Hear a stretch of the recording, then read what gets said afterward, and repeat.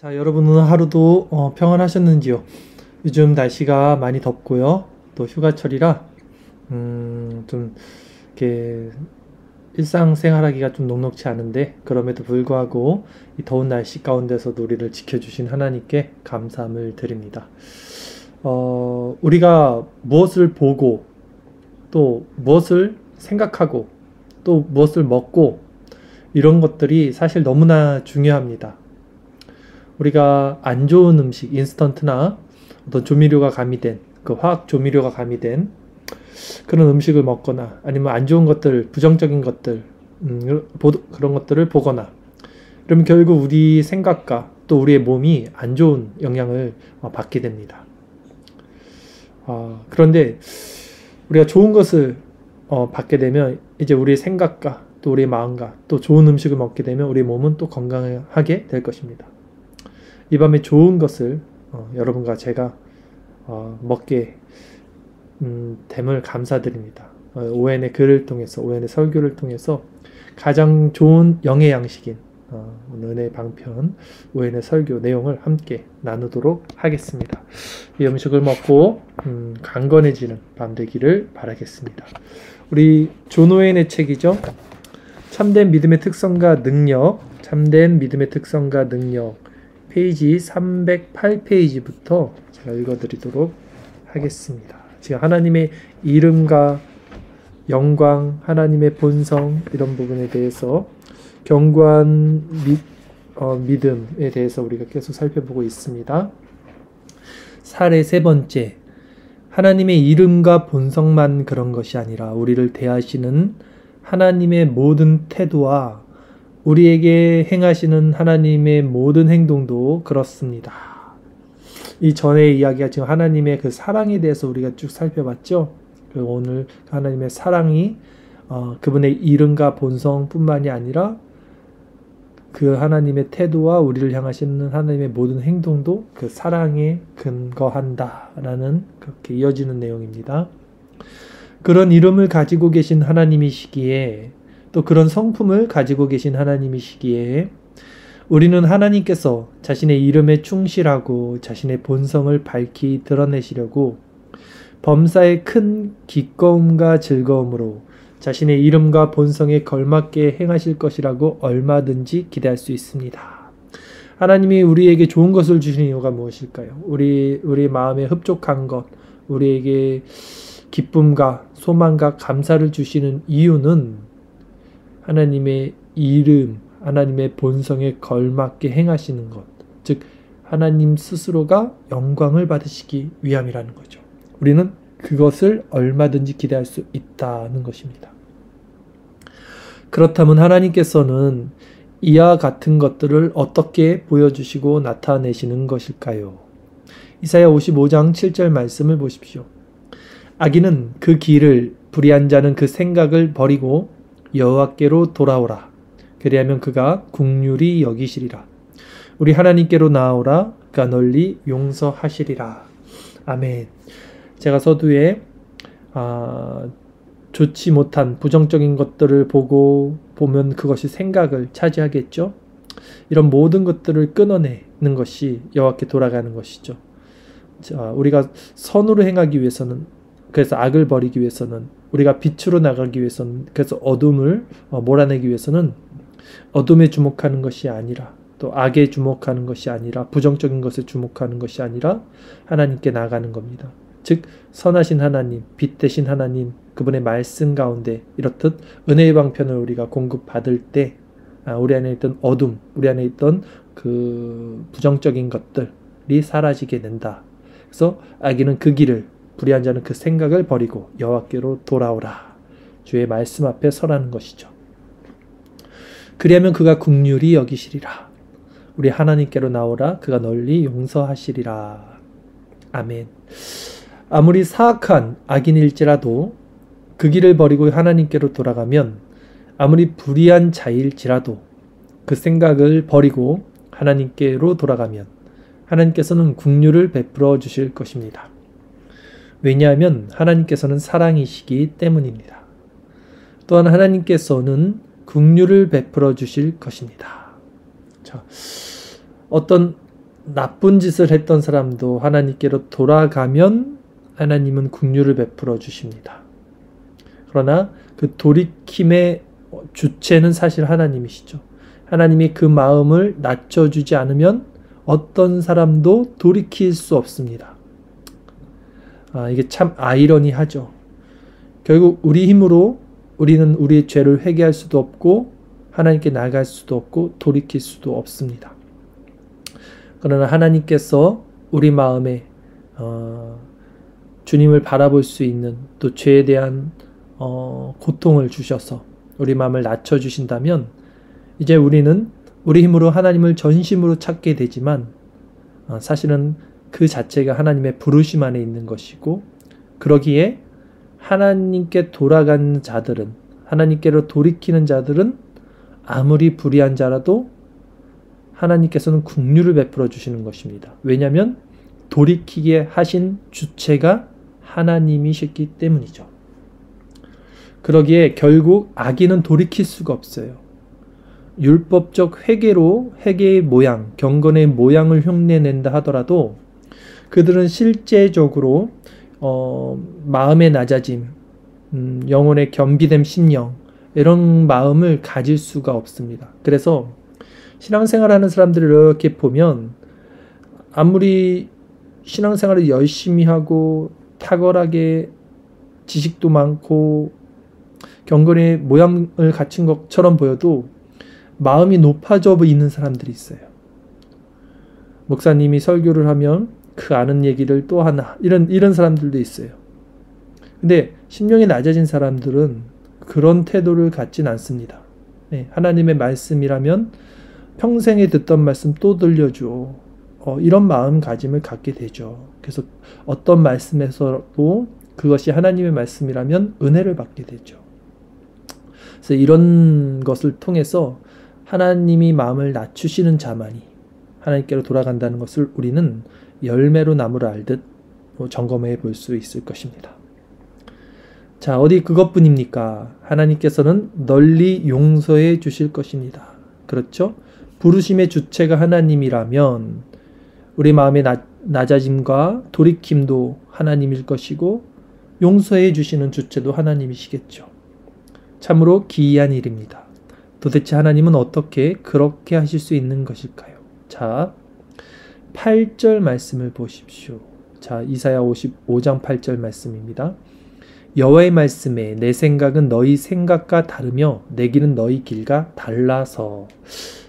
사람들이 하나님을 오해하고 하나님을 잘못 알고 있는 부분이 늘 자신의 생각과 기준에서 하나님을 생각하고 판단하고 자신이 가지고 있는 그 범주, 그 한계 안에서 하나님을 이해하려고 한다는 것이죠. 자신이 이해가 가고 설득이 가고 납득이 가야만 그 안에 있는 하나님을 이해하려고 해요. 이게 참 안 좋은 것입니다. 왜냐하면 하나님은 우리와 다르고 우리 생각과 다르고 하나님의 길은 우리 길과 다르다고 분명히 성경은 말씀하고 있기 때문이죠. 그래서 기독교 변증을 하거나 아니면 어떤 하나님을 믿는 데 있어서 논리적이거나 철학적이거나 과학적으로 접근하는 것은 일편 어느 부분에 있어서는 필요할지라도 하나님을 올바로 아는 지식에는 다다를 수 없어요. 바울이 아덴에서 변증과 철학으로 전도를 하고 나서 다시 고린도로 넘어가면서 그 말씀을 했듯이 결국 복음과 진리는 하나님의 계시, 즉 하나님이 열어주시는 그 성령을 통한 말씀, 그 신비의 계시를 통해서만 우리가 깨닫고 실제적으로 누릴 수 있다는 것이죠. 이게 결국 여호와의 말씀에 내 생각은 너희 생각과 다르며 내 길은 너희 길과 다르다는 말씀이겠죠. 여러분은 하나님이 어떻게 그렇게 하실 수 있는지 알 수 없습니다. 알 수 없다니까요, 인간이. 왜냐하면 하나님의 생각은 여러분의 생각과 판이하게 다르기 때문에. 그러니까 우리 생각과 다른 하나님을 왜 자꾸 우리 기준에서 우리 생각 안에 가둬서 생각하려는 건지 저는 정말 이해를 못하겠어요. 즉 내가 생각하는 사랑의 개념이 있다면 우리는 그 사랑의 개념을 통해서 하나님을 이해하려고 해요. 그렇지 않죠. 물론 1편 우리가 가진 그 선하심, 사랑의 그 속성이 하나님에게 있는 또 우리 인간에게도 있는 속성일지라도 같은 속성일지라도 우리는 마음이 이미 부패되었기 때문에 온전한 사랑을 알 수 없죠. 그러니까 결국 우리가 가지고 있는 왜곡된 생각과 사고, 감정, 결국 이런 사랑의 개념을 가지고 하나님께 접근하는 것은 오류를 날 수밖에 없다는 거예요. 그래서 기준이 성경이 돼야 되고 그 성경은 계시를 통해서만 우리에게 주어지고 우리는 그 성경을 통해서 하나님의 속성, 하나님의 어떤 분인지 그 속성을 통해 우리 자신을 비춰볼 수 있다. 이렇게 설명드리는 것이 가장 올바른 개혁주의 또 청교도 신학의 관점이라는 것이죠. 여러분은 죄를 용서해 주시는 하나님의 방식에 대해서 단순히 불충분하고 저급하고 빈약한 생각만을 가지고 있을 뿐입니다. 여러분이 제 아무리 노력을 한다 해도 하나님의 방식에 도달할 수도 없으며 이해할 수도 없습니다.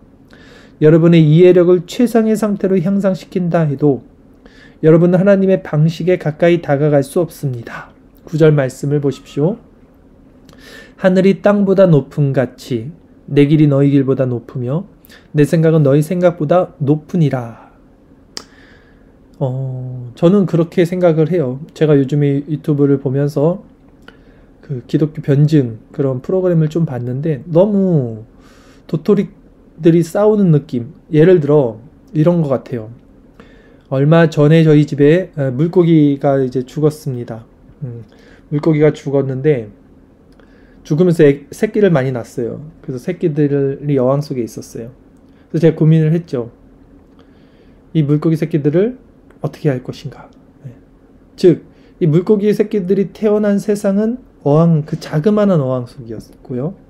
그들이 아무리 무엇을 깨닫거나 자기 힘으로 무엇을 한다 해도 그들은 그 어항을 벗어날 수 없어요. 제가 엊그제 또 저녁에 홈플러스를 갔다가 그 쥐를 봤어요. 햄스터를. 햄스터가 그 자그만 그 유리 우리에서 나오려고 엄청 발버둥을 치는 거예요. 계속 반복해서 기어 나오려고 넘어지고 근데 절대 나올 수가 없어요. 이런 거죠. 인간이 어떤 철학과 어떤 과학과 어떤 논리를 가지고 있더라도 하나님의 그 경륜, 하나님의 그 지식, 하나님의 그 속성 가운데 하나님을 알 수가 없다는 거예요. 이 지점, 이런 관점을 우선은 인간이 가지면 인간이 낮아질 수밖에 없고 하나님 앞에 고개 숙이고 무릎을 꿇을 수밖에 없는데 너무나 기이한 것은 인간이 자신들이 가지고 있는 모든 수단을 동원해서 하나님을 이렇게 재단하고 하나님을 판가름하려는 그런 것들을 제가 유튜브를 통해서 보면서 참 그렇더라고요.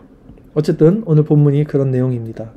하늘이 땅보다 높음 같이 내 길은 너희 길보다 높으며 내 생각은 너희 생각보다 높으니라. 어떤 사람들은 다음과 같이 질문할 수도 있을 것입니다. 질문.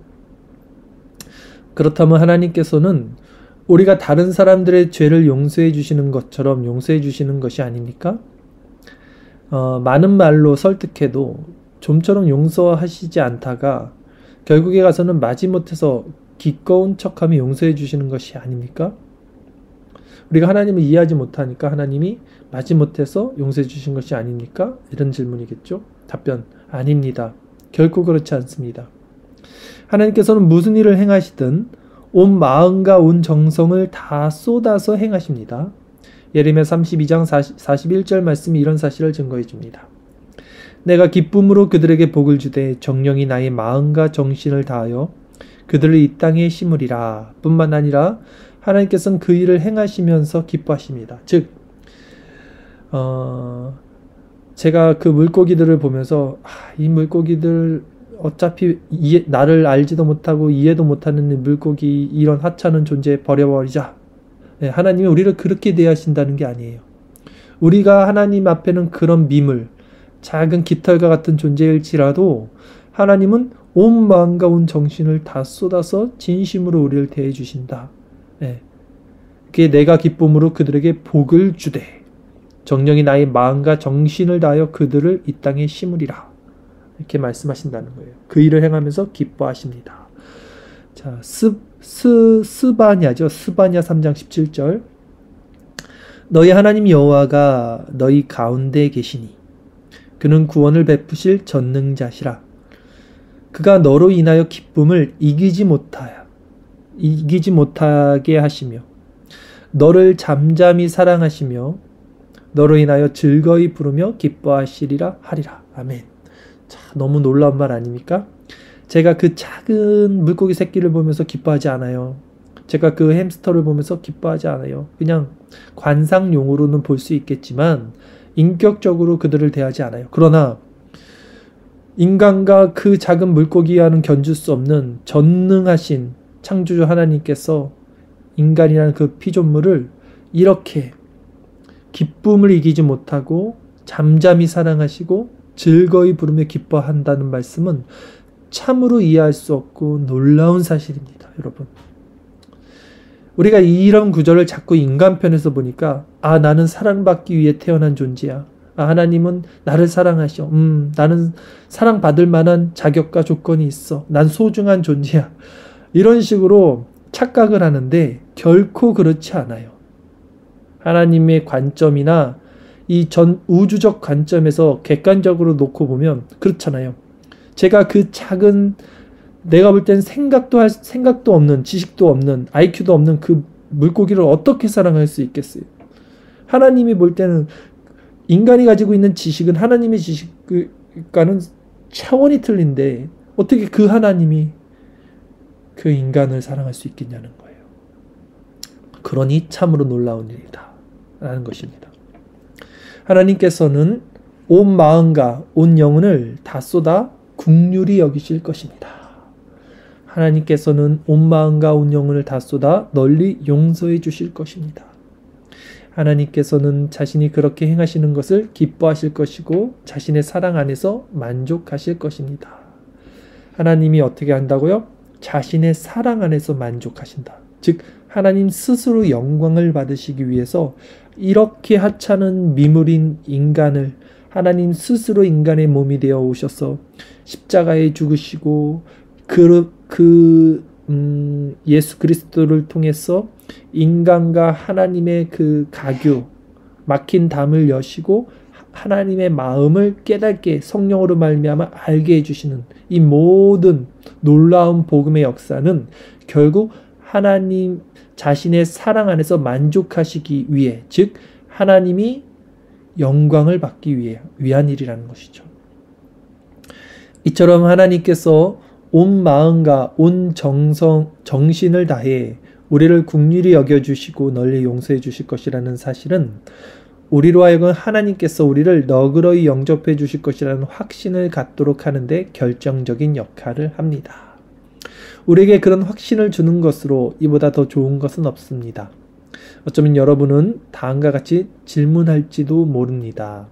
질문. 이런 일은 가끔씩 있을 뿐입니다. 그러므로 우리가 그런 시기를 놓치지 않고 하나님께 가까이 갈 수 있다면 다행스러운 일입니다. 답변.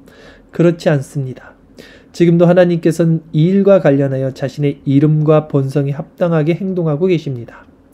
하나님의 모든 정신과 하나님의 모든 마음은 온통 이 일에 집중되어 있습니다. 그러므로 하나님께서는 이 일의 성취를 위해 필요한 모든 행동을 다 행하시게 되어 있습니다. 하나님께서는 은혜를 베풀기 위하여 반드시 기다리시게 되어 있습니다. 이사야 30장 18절 여호와께서 기다리시나니 이는 너희에게 은혜를 베풀려 하심이요. 아멘. 또 하나님의 마음은 은혜를 베푸는 일에 확정되어 있습니다. 하나님께서는 자신의 소원과 목적을 성취하기 위하여 도움이 되는 것은 하나도 남김없이 다 활용하시게 되어 있습니다. 설령 우리의 완고함과 우매함이 하나님의 인내심을 금방이라도 좌절시킬 수 있을 만큼 대단할지라도 설령 우리의 완고함과 우매함이 하나님을 지치게 만들어 너는 나를 위하여 돈으로 향품을 사지 아니하며 희생의 기름으로 나를 흡족해 아니하고 내 죄짐으로 나를 수고롭게 하며 내 죄악으로 나를 괴롭게 하였느니라 라고 불평하시게 할지라도 설령 우리의 완고함과 우매함이 하나님으로 하여금 인내심의 한도를 초과하여 일하시도록 만들지라도 하나님께서는 우리에게 긍휼을 베푸시려고 또 우리의 완고함을 제하시려고 위대한 능력으로 스스로 무장하실 것입니다. 아멘. 이 말씀 참 어려운 말씀이에요. 이게 뭐냐면 우선 이사야 43장 24절 보면 하나님이 지금 뭔가 화가 나 있는 모습이 보여요. 네.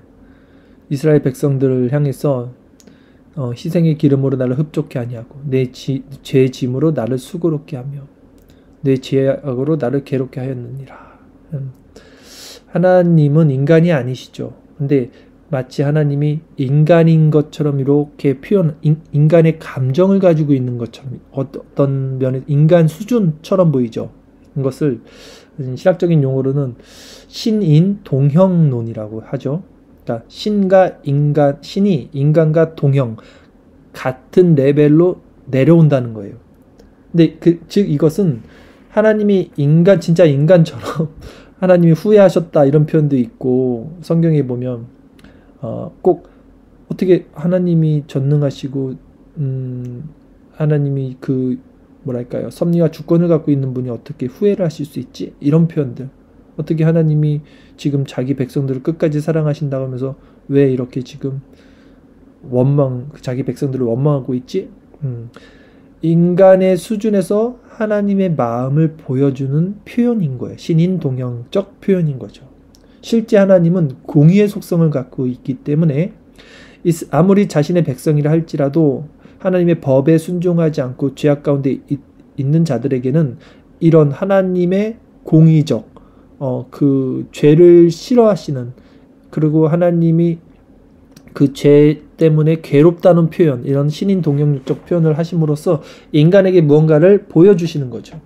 그러나 그와 또 균형돼서 반대편에서는 하나님은 끊임없이 그 인간을 기다려주시고 참아주시고 결국 그리스도를 이 땅에 보내셔서 하나님의 사랑을 알게 하시는 거예요. 그러니까 공의와 선하심, 공의와 사랑 이 두 가지 균형을 가지시고 하나님은 자기 백성들을 끝까지 공평하게 대하시면서 구원으로 인도하신다는 아주 신비한 사역을 주체적으로 하고 있다는 것이죠. 자, 하나님께서는 어떻게 해서든지 자신의 마음이 소원하는 바 자신의 은혜의 목적을 성취하시게 되어 있습니다. 그렇죠? 하나님이 주권이죠. 이것이 하나님이 이미 정해놨어요. 작정. 하나님의 모든 것은 하나님이 그렇게 이루어지게 됐다 하면 이루어지는 거예요. 그 순간. 네. 하나님께서 자기 자신의 본성과 이름에 합당하게 행동하신다는 이 진리를 좀 더 분명하게 하기 위해서 우리를 다루시는 하나님의 태도와 그 안에 물씬 배어 들어있는 하나님의 겸양에 대한 다음 몇 가지 사실도 함께 숙고하십시오 했어요. 이 겸양이라는 말은요, 하나님이 마음을 낮추신다는 뜻인데 겸손한 태도 이런 뜻인데요. 이것도 신인동형적 표현이라고 볼 수 있겠죠. 하나님이 어떻게 겸손할 수 있겠습니까? 하나님이 그만큼 우리를 애틋하게 사랑하셔서 고압적인 자세로 있지 않고 낮은 마음으로 우리를 긍휼히 여긴다. 이런 표현으로 이해하시면 될 것 같습니다. 자, 숙고 첫 번째. 오늘 좀 내용이 많은데요. 제가 좀 잘라야 될 것 같아서 숙고 첫 번째까지만 한번 해볼게요. 예. 하나님께서는 자기 자신을 비유로 말씀하실 때마다 이게 비유로 말씀하시는 거예요. 긍휼이 가장 많은 피조물과 사랑이 가장 많은 피조물에 자기 자신을 빗대어 말씀하신다는 사실을 숙고하십시오. 이사야 49장 15, 16절 여인이 어찌 그전 먹는 자식을 잊겠으며 자기 태선한 아들을 긍휼히 여기지 않겠네. 이게 신인동형적 표현이라고 하는 거예요. 그들은 혹시 잊을지라도 나는 너를 잊지 아니할 것이라. 내가 너를 내 손바닥에 새겼고 너의 성벽이 항상 내 앞에 있나니. 이런 말씀을 우리는 이걸 외워야 돼요. 이건 마음에 새기고 벽에 붙여놔야 돼. 이런 말씀은. 여인이 어찌 그 젖 먹는 자식을 잊겠으며. 그렇죠. 엄마가 젖 먹는 아이 있지 않는데 자기 태에서 난 아들을 국률 여기지 않겠느냐. 그런데도 인간은 잊을 수 있잖아요. 자기 자식이라도 성경에 보면 막 잡아먹잖아요. 배고프면. 그럴지라도 나는 너를 잊지 아니할 것이라. 내가 너를 손바닥에 새겼다. 지워지지 않도록. 너희 성벽이 항상 내 앞에 있나니. 자, 자신의 젖을 빠는이죠. 어린 자식을 향한 어머니의 국률한 사랑, 자기 태에서 난 아들을 향한 어미의 국률과 사랑. 사람은 아무리 동정심이 많고 아무리 사랑이 많아 봐야 그 이상의 국률이나 사랑을 품을 수 없습니다. 젖 먹는 자식, 자기 태에서 난 자식을 향한 어미의 사랑은 우리 사람이 발휘할 수 있는 사랑과 애정과 다정함이 가장 좋은 신뢰, 최고치의 사랑이겠죠. 그런데 하나님께서는 신자를 향한 자신의 국률과 사랑을 그런 어미의 국률과 사랑에 대조하면서 다음과 같이 말씀하십니다. 자식을 끔찍하게 사랑하고 아끼는 심정을 품고 있는 어미가 젖 먹는 자식, 곧 자기 태에서 나온 자식의 불쌍히 여기지 않는다는 것은 너희들로서는 상상할 수도 없는 일이고 상상하지 않는 것이 정상이다. 왜냐하면 모든 것들은 자신의 타고난 본성에 따라 행하게 되어 있기 때문이다. 심지어 말 못하는 호랑이도 자기 새끼를 사랑하게 되어 있는 것이 자연의 이치이다. 하물며 여인이 젖 먹는 자식을 잊을 수 있겠느냐? 이런 말씀 다음에 하나님께서는 더 중요한 말씀하십니다. 그러나 이 문제에 대한 너희들의 이해력을 한층 더 높여서 여인도 젖 먹는 자식을 얼마든지 잊을 수 있다고 생각해봐라. 물론 본성이 손상되지 않고서는 여인이 자신의 젖을 빠는 어린 자식을 잊는다는 것은 상상조차 불가능한 일이다. 그러나 아무튼 그런 여인도 젖 먹는 자식을 잊어버릴 수 있다고 하자. 그럴 수 있죠. 그럴지라도 나는 너희를 결코 잊지 않을 것이다. 너희를 향한 내 사랑, 아니 너희를 향한 내 애정에 비하면 여인의 자식 사랑은 정말 아무것도 아니다. 선하고 인자한 어머니라면 당연히 젖 먹는 어린 자식을 사랑하는 마음 때문에 하루 종일 피곤함도 잊은 채 자신을 안아주고 얼러주고 예뻐할 것입니다. 우리는 당연히 그럴 것이라 의심하지 않고 확신합니다. 우리를 향한 하나님의 사랑도 그와 같이 확신한다면 얼마나 좋겠습니까? 하나님의 사랑을 그와 같이 확신한다면 우리는 우리 자신이 매우 안락하고 안전한 위치에 있다고 생각할 수 있을 것입니다. 자, 여러분, 이런 말씀을 통해서 우리가 위로와 은혜를 받으면요, 정말 우리 영혼은 안락하고 안전한 위치에서 쉼을 얻을 수 있는 것입니다. 그러나 이 땅에 존재하는 가장 미천한 신자를 향한 하나님의 사랑에 비하면 자기 태에서 나온 자식을 향한 어머니의 간절한 사랑은 아무것도 아닙니다. 신자를 향한 하나님의 사랑을 대양에 비유한다면, 그러니까 큰 바다죠. 어머니의 사랑은 물 한 방울에 비유될 수 있을 뿐입니다. 한이 없고 영원한 하나님의 사랑 앞에서 조금씩 변색되어가고 쇠퇴해가는 인간의 사랑이 무슨 가치가 있겠습니까? 호세아 11장 8, 9절과 예레미야 31장 20절 말씀은 신자를 향한 하나님의 사랑이 어떻게 역사해 주는지를 말해줍니다. 호세아 11장 8, 9절 에브라임이여 내가 어찌 너를 놓겠느냐? 이스라엘이여 내가 어찌 너를 버리겠느냐? 내가 어찌 너를 아드마같이 놓겠느냐? 어찌 너를 스보임같이 두겠느냐? 내 마음이 내 속에 돌아와 나의 국률이 온전히 불붙듯 하도다. 내가 나의 맹렬한 진노를 바라지 아니하며 내가 다시는 에브라임을 멸하지 아니하리니 이는 내가 사람이 아니요 하나님이라. 나는 내 가운데 거하는 거룩한 자니 진노함으로 내게 임하지 아니하리라. 아멘. 자, 이 호세아 배경은 북이스라엘이 패역해서 하나님을 막 이렇게 제대로 안 믿으니까 호세아 선지자를 통해서 칩니다. 그러나 영원히 치지 않아요. 하나님은 고멜을 통해서 이 부패된 창녀 같은 이스라엘을 이제 호세아에게 가르쳐 주면서 하나님의 마음은 사실은 그게 아니라 내가 에브라임과 이스라엘 사람들 백성이죠. 어떻게 버리겠냐 하는 거예요. 아드마와 스보임은 이거는 이제 이방입니다. 하나님께 버림받은 자들. 내가 에브라임과 이스라엘을 이방 사람들처럼 버릴 수 있겠느냐.